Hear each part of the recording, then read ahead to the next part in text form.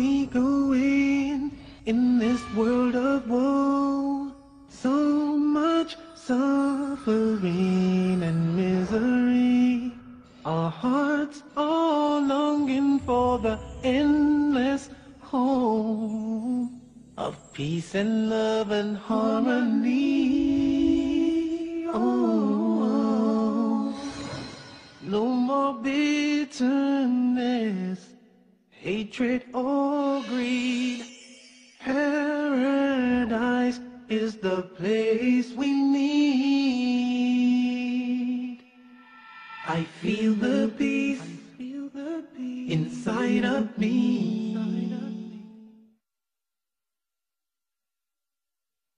Greetings and peace. This is Dr. Laurence Brown with another episode of Interfaith Issues. I'm coming to you today with a topic that might surprise a lot of you. And that is that today I'm going to talk about how I became Muslim. Through these talks and through my other works, a number of people have approached me and asked how I became Muslim and why.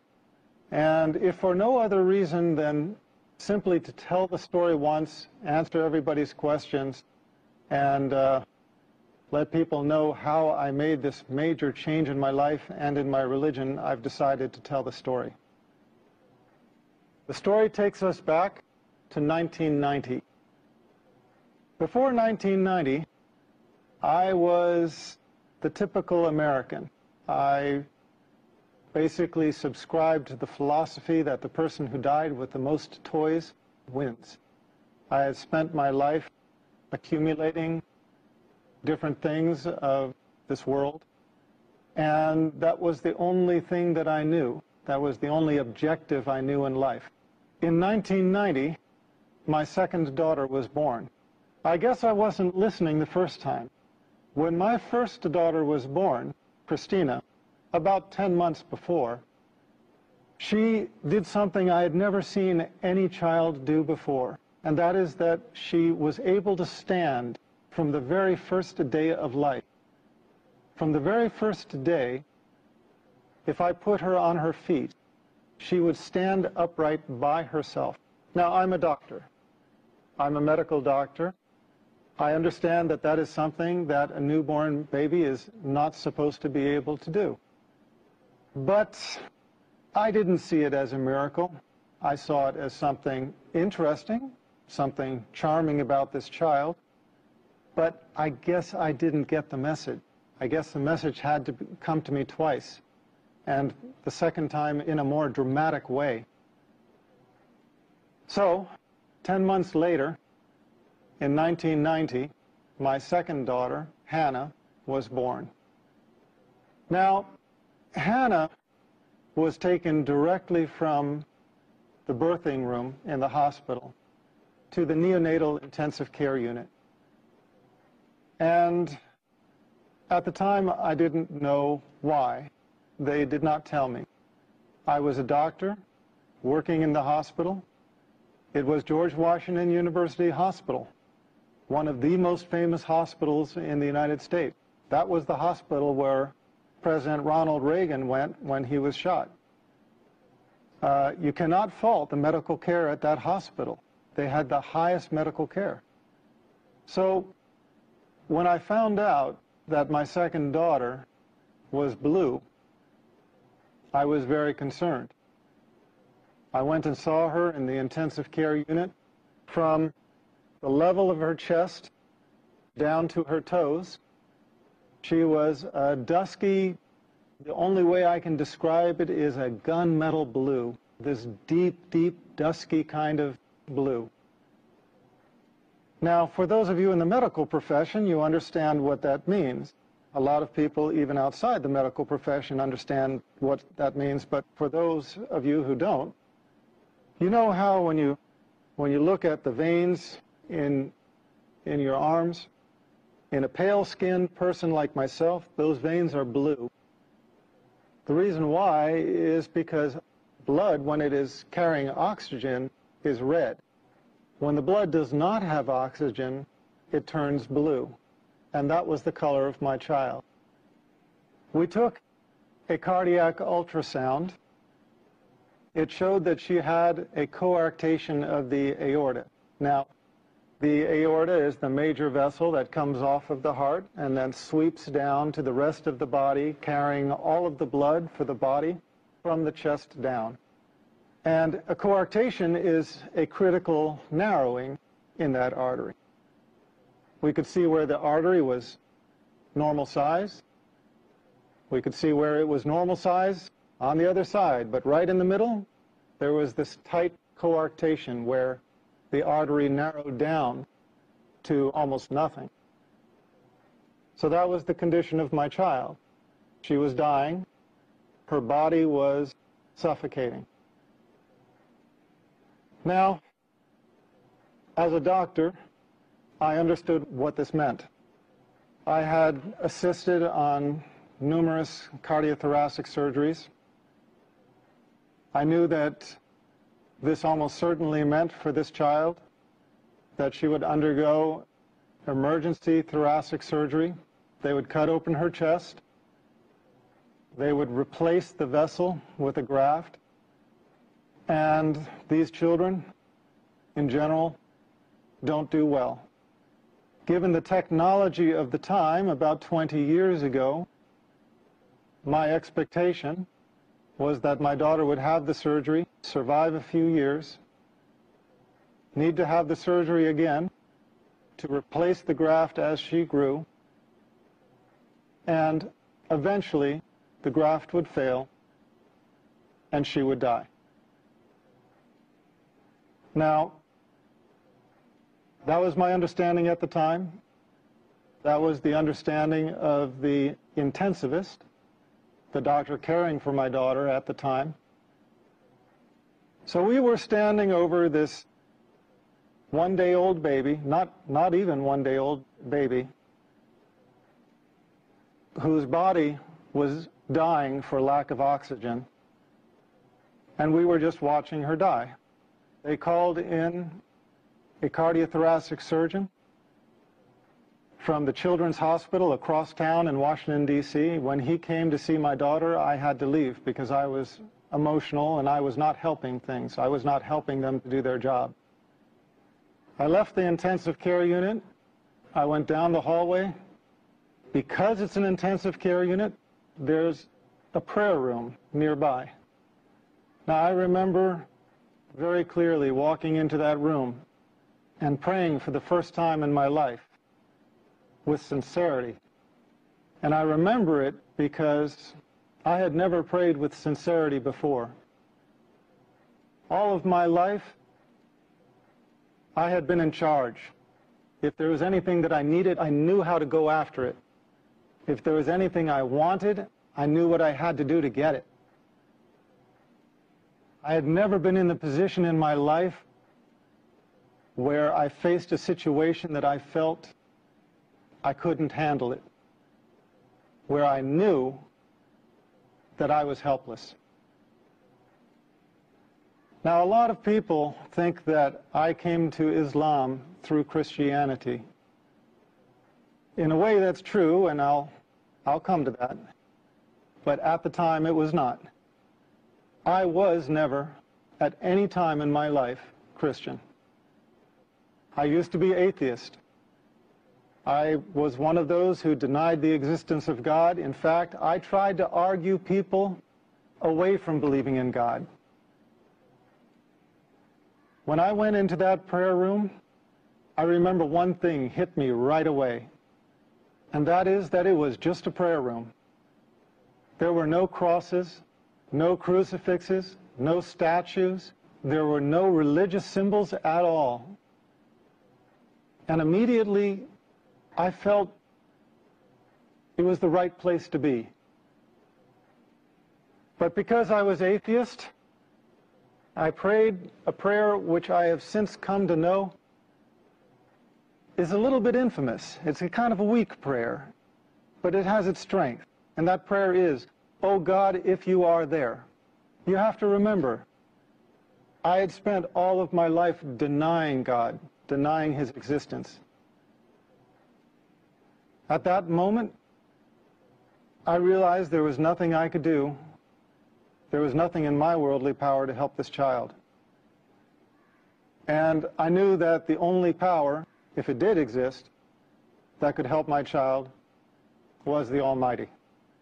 So the only way I could pray was to pray, "Oh God, if you are there." And I admitted, I was honest. I said, "I don't know if you're there or not. But if you are there, I need help." And I made a deal. I made a promise. I asked God if He saved my daughter, and then if He guided me to the religion that was most pleasing to Him, that I would follow. And I remember those words precisely, asking Him to guide me to the religion that was most pleasing to Him and promising to follow. Well, I had been away for maybe 15 minutes. I walked back to the intensive care unit. When I entered the unit, the doctors were huddled around my daughter like a football team in the huddle. They were on the other side of the room at one end. When I walked in, they looked up at me, and I could see something had changed. When I walked up to them, the cardiothoracic surgeon just looked me in the eye and said she was going to be okay. The doctors around me did not understand it. He went on to give an explanation. He started talking about a patent ductus arteriosus and how he explained the fact that my daughter was going to be okay. And I looked around at the other doctors' faces, and I realized that I was not the only one that did not buy that explanation. And I realized that although that explanation worked for him, it just simply didn't work for me. I had prayed with sincerity for the first time in my life, and I could only believe that this was the hand of my Creator. We took an ultrasound before that showed this life-limiting condition. We took an ultrasound after, and she was completely stone-cold normal. She never had surgery. She never had medicine. She just went to becoming a completely normal child. As a matter of fact, she entered college this year. When I saw this miracle, I realized I had made a promise. And I realized that if I did not fulfill that promise, I would be blameworthy. So I started searching. I had promised my Creator that if He would guide me to the religion most pleasing to Him, that I would follow. And the last thing I wanted was to die with that promise being unfulfilled. I would love to continue and finish the story all in one go, but we have an obligation to our sponsors, and so I ask you to be patient, bear with us. We're going to break for a few minutes. We'll be right back. Welcome back. This is Dr. Laurence Brown again, speaking on the subject of my conversion to Islam. And I will just continue the story that I started, telling how and why I became Muslim. So, I started reading scriptures of a variety of religions. I studied Buddhism, Taoism, Shintoism, read into the Bhagavad Gita, started studying Hinduism, worked my way around to Judaism, Christianity, started working myself up the ladder of the revealed monotheistic religions. With each religion I encountered, I basically just came to the conclusion that, well, no, that's not it. It didn't take me long to decide against Buddhism, against Taoism, against Hinduism. That's why I ended up studying Judaism. When I studied Judaism, I felt, okay, now here there is some truth, but there are also some things that I did not believe. I found inconsistencies in the Old Testament, which we'll talk about in another show, inshallah.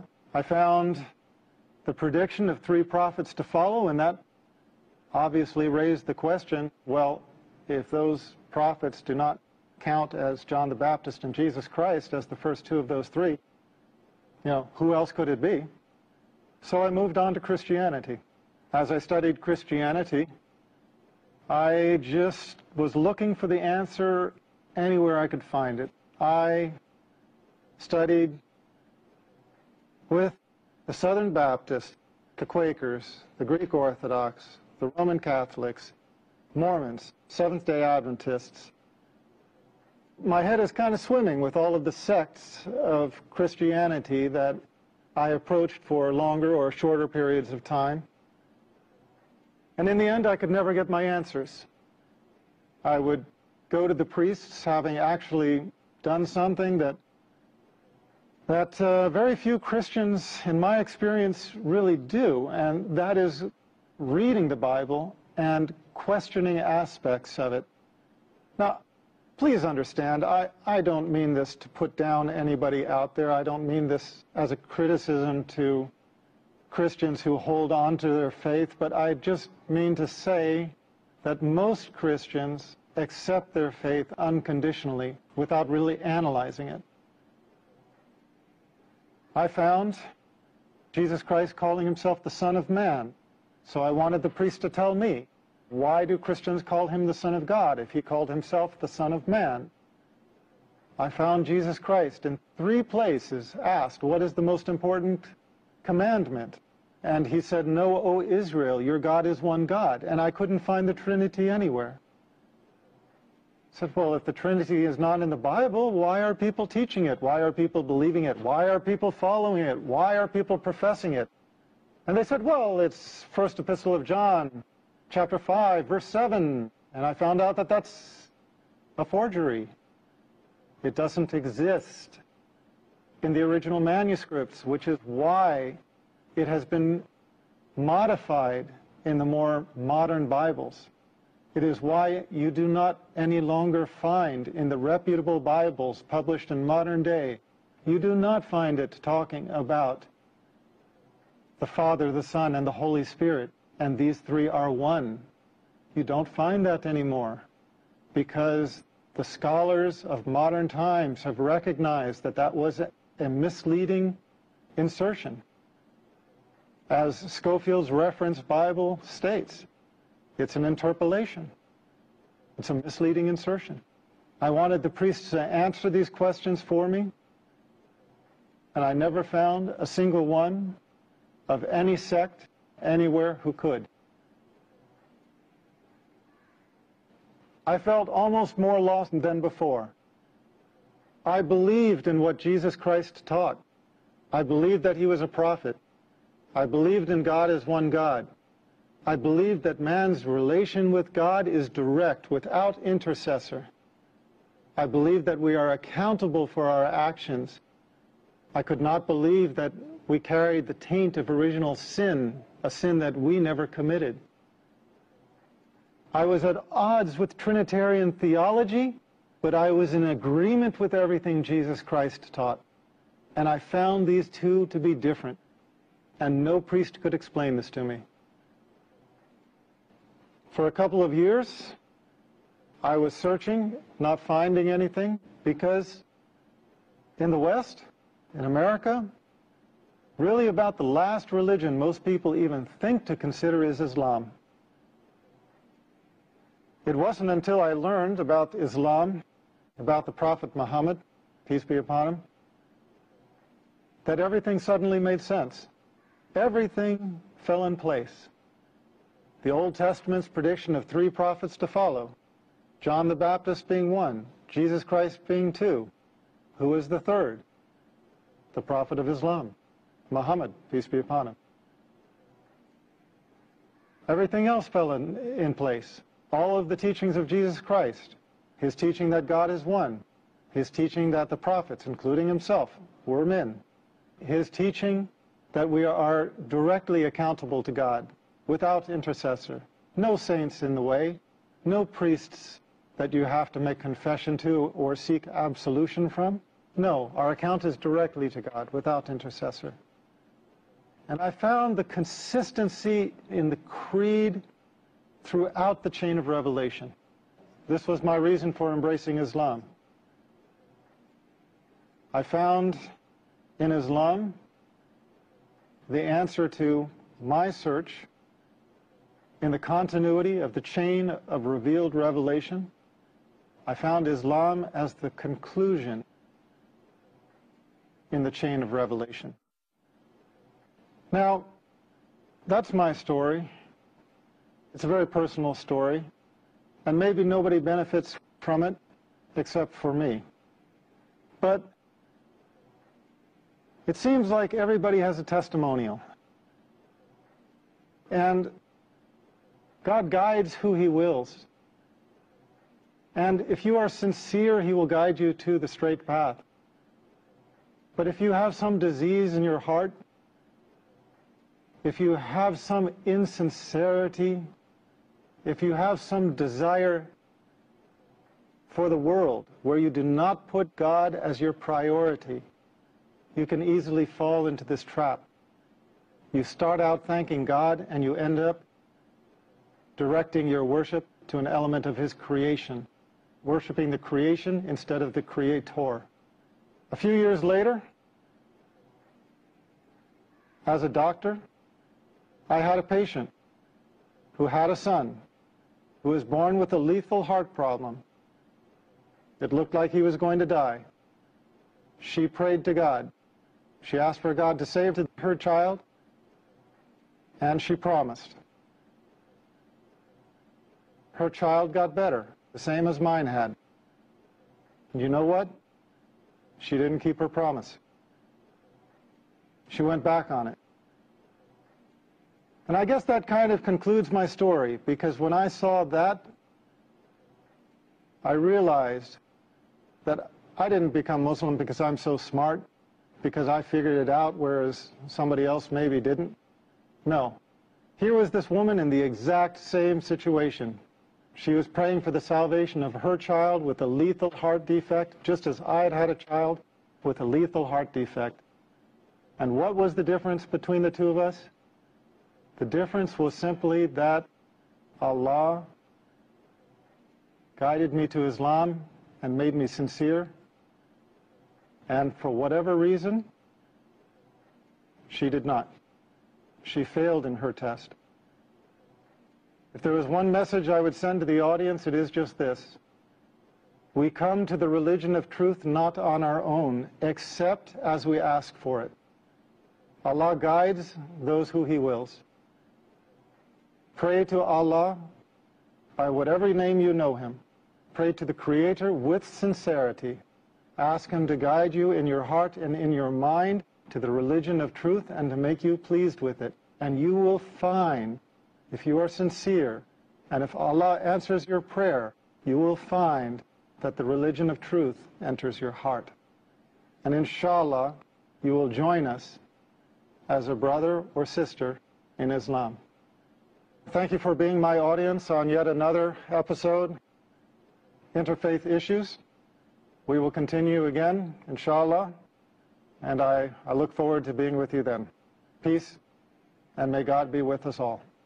I feel the peace, inside of me, a complete tranquility.